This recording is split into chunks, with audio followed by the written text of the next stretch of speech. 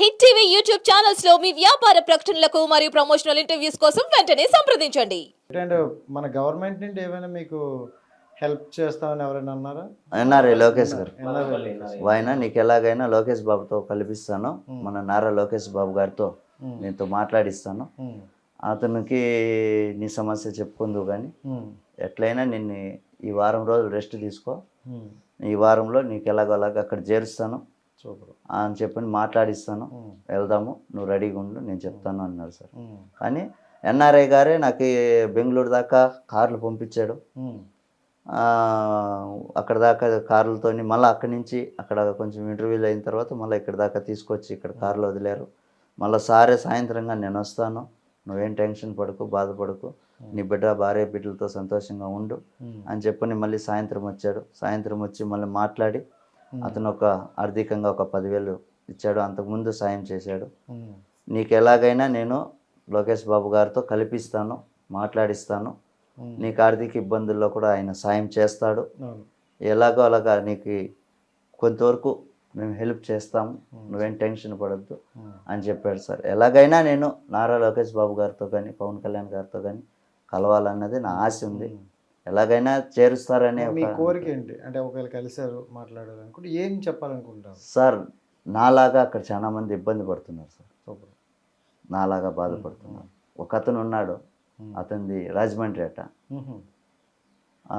అంటే ఇక్కడికే వచ్చారు, ఎంబీఎస్ దగ్గరికి ఉన్నారు అతను. అక్కడే గేములు ఉన్నాయి, ఆ రూముల్లోనే ఉంటున్నాడు. కాకపోతే ఫోను సోమవారం ఒక 1 గంట ఇస్తారు, శుక్రవారం ఒక 1 గంట ఇస్తారు అంతే ఫోన్. అక్కడ అతను బాధపడుతున్నాడు. పాస్పోర్ట్ కానీ ఇవ్వలేదు, అతనికి పాస్పోర్ట్ కానీ ఇవ్వలేదు. వాళ్ళు ఏమంటే మనకి ఇప్పుడు పని నచ్చక మనం ఇంట్లో నుంచి పారిపోయి ఎంబీఎస్ దగ్గరికి వెళ్ళిపోతే వాళ్ళు దొంగతనాలు కేసు పెడుతున్నారు. తిండి ఉండట్లేదు, తిండి లేదు, పోనీ శాలరీ అయినా ఇస్తారంటే శాలరీ ఇవ్వరు, ఏమి ఇవ్వరు. దానికి అతను ఏం చేస్తున్నాడు అంటే పారిపోతాం, అవును మనం ఇంకా భోజనం లేదు, ఇంక ఇట్లా శాలరీ ఇవ్వట్లేదు, వీడి దగ్గర ఊరికి ఎందుకు పని చేయాలి అని చెప్పనే ఉద్దేశంతో పారిపోతుంటే వాళ్ళు ఏం చేస్తున్నారు, దొంగతనాల కేసు అది ఇది పెట్టి పాస్పోర్ట్లు ఇవ్వట్లేదు, వీజా ఇవ్వట్లేదు, ఏమి ఇవ్వట్లేదు, ఏదో కేసు అయితే వేస్తున్నారు. వీళ్ళు కోర్టుకి తిరుగుతున్నారు. నాకు అక్కడికి వెళ్ళిన తర్వాత కూడా స్టార్ట్ అయింది నాకు భయం మళ్ళీ వీళ్ళని చూసిన తర్వాత. వీళ్ళకే ఇలాగుందంటే ఒక్కొక్కటి 4 నెలలు 5 నెలల నుంచి అలాగా ఉన్నారు అక్కడ. 4 నెలలు 5 నెలల నుంచి ఇంత ఉంటుంది సార్ రూమ్, ఇంత ఉంటుంది రూము. ఇందులో మంచాలు ఉంటాయన్నమాట, స్టెప్ బై స్టెప్. ఆ మంచాల్లో పడుకోవడము, బయటకు రావడానికి అవకాశం లేదు. ఎంబీఎస్లో రూములు ఇలాగ ఉంటాయి, బయటకు రావడానికి ఆస్కారం లేదు. చిన్న సందు, ఈ పక్క రూమ్లు ఈ పక్క రూమ్లు, ఇచ్చిన దారి ముందర పెద్ద గేటు కూడా డోర్ క్లోజ్ చేసేసి ఉంటుంది మొత్తం, కనీసం బయటకు చూడడానికి కూడా ఉండదు. ఎటు వెళ్ళలేని పరిస్థితి, పోతే రూమ్లోకి వెళ్ళాలి లేదా ఈడు కూర్చోవాలి దారిలోనే. ఇంకా అలాగా అతను ఏడుస్తుంటే నాకే బాధ అనిపించింది సార్. 5 నెలలు 6 నెలలు అక్కడే ఉన్నారు, హిందీ వాళ్ళు ఉన్నారు, మన తెలుగు వాళ్ళు ఉన్నారు, వాళ్ళు కూడా చాలా బాధపడుతున్నారు.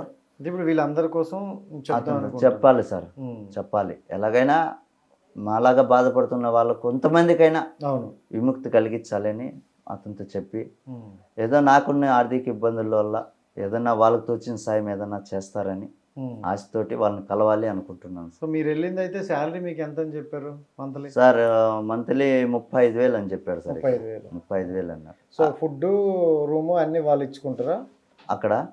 రూమ్ అంటే ఏముండదు సార్, ఫుడ్ నార్మల్గా ఇక్కడ చెప్పడం చెప్పారు సార్. ఇక్కడ చెప్పింది ఫుడ్ ఇస్తాము, లేకపోతే రూమ్ ఉంటుంది, ఏసీ రూమ్ ఉంటుంది, సమ్ ఇలా చెప్తారు కదా. నాకు చెప్పడము 35,000 శాలరీ, 130 దినార్లు అన్నాడు. 130 దినార్లు అంటే 35,000 నుంచి వస్తుందమ్మా మీకే అని చెప్పాడు. సరే అని చెప్పాను. నీకు ఏసీ రూమ్ ఉంటుంది, ఏసీ వేసుకొని ఆవిడకి మేత, గొర్రెలకు మేత పెట్టడం, నీళ్లు పెట్టడం, ఆ గడ్డికి నీళ్లు కట్టుకొని ఉండటము అని చెప్పాడు సార్. చాలా సింపుల్గా చెప్పారు, చాలా సింపుల్గా చెప్పాడు. శుక్రవారం ఒక్కరోజే వస్తాడు కపిలు, నీకు అంతవరకు రాడు. ఆ శుక్రవారం కూడా వచ్చినప్పుడు ఉంటే 1 గంట 2 గంటలు, లేదంటే ఒక రోజు ఉంటాడు, సాయంత్రం వరకు ఉంటాడు, వెళ్ళిపోతాడు. ఇంక నువ్వు ఆయన వచ్చినప్పుడు ఆ పని చేసుకుంటూ ఉండు అతని ముందర, అంతే అని చెప్పాడు సార్. సరేలే ఇంత సింపుల్గా ఉంటుంది అనుకునే వెళ్ళాను. అక్కడికి వెళ్తే కానీ తెలియదు నాకు ఇచ్చే జీతం 100 దినార్లే అని.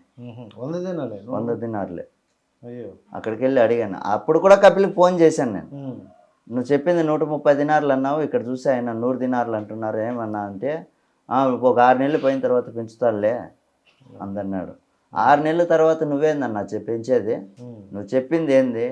130 దినార్లు ఇస్తాడు అని చెప్పావు. నువ్వేం చెప్తున్నావు ఇప్పుడు? పెంచుతాడంట్లే అంటున్నావు. పెంచే విషయం నువ్వు చెప్పక్కర్లేదు, నేను చేసే పనిలోనే అతనే తెలుసుకుంటాడు పని ఉందా లేదా అని. నిదానంగా అయినా తెలుసుకుంటాడు. కానీ నేను ఉండనన్నా, ఈ జీతం అయితే మన దగ్గర సంపాదించుకోవచ్చు, మన ఇండియాలోనే చేసుకోవచ్చు.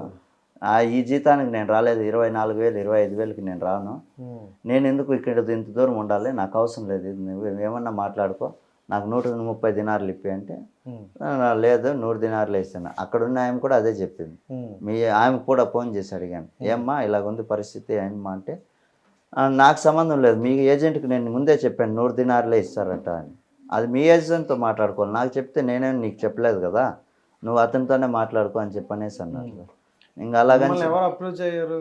ఇక్కడ నుండి మిమ్మల్ని ఎవరు అప్రూవ్ చేయరు? ఇక్కడ వచ్చి మీరు కలిసారా వాళ్ళని? వాళ్ళు వచ్చి మీకు? నేనే కలిసాను సార్. మీరే కలిసి? నేనే కలిసాను. సో ఫ్యామిలీ పరిస్థితి బాగాలేదు కాబట్టి కొంచెం ఏదైనా పనికి వెళ్దామని కలిసాను. నేనే కలిసాను, అతనైతే కలవలేదు, నేనే వెళ్ళి కలిసాను. అతను వెళ్ళి కలవడము, రాచిటి అతనిది, వెళ్ళి కలవడము, డబ్బులు ఇంత అడగడము. నేను 50,000 డబ్బు కట్టాను, మిగతా 80,000 అడిగాడు. Visa passport దీనికోసమా? పాస్పోర్ట్ నేనే చేయించుకున్నాను, మెడికల్ పీసీసీకి అవిటి కూడా ఛార్జీలు ఖర్చులు నేనే పెట్టుకున్నాను. అంటే మెడికల్కి ఆయనే పెట్టుకున్నాడు, కార్ అతనే వచ్చింది. ఇంకా పీసీసీకి నేనే వెళ్ళి వచ్చాను. పీసీసీకి కన్నా పాస్పోర్ట్ నేనే చేయించుకున్నాను. ఇంకా మెడికల్కు అతను పెట్టుకున్నాడు. ఇక్కడ నుంచి మళ్ళీ నేను చెన్నైకి వెళ్ళడానికి కారులో అతనిదే. అవి జరిగినాయి సార్. ఇంకా నేను 80,000 అడిగితే నేను 80,000 ఇవ్వలేను, 25,000 ఇస్తాను అన్నాను, 75,000 ఇస్తాను, 70,000 అన్నాను. లేదా 75,000 ఇవ్వాలమ్మా అన్నాడు. సరేలే సార్ అని చెప్పాను. 50,000 క్యాష్ ఇచ్చాను, 20,000 మళ్ళీ వెళ్ళిన తర్వాత నేను శాలరీ వేస్తాను, పంపిస్తాను, నువ్వే తీసుకోన్నా అని చెప్పాను.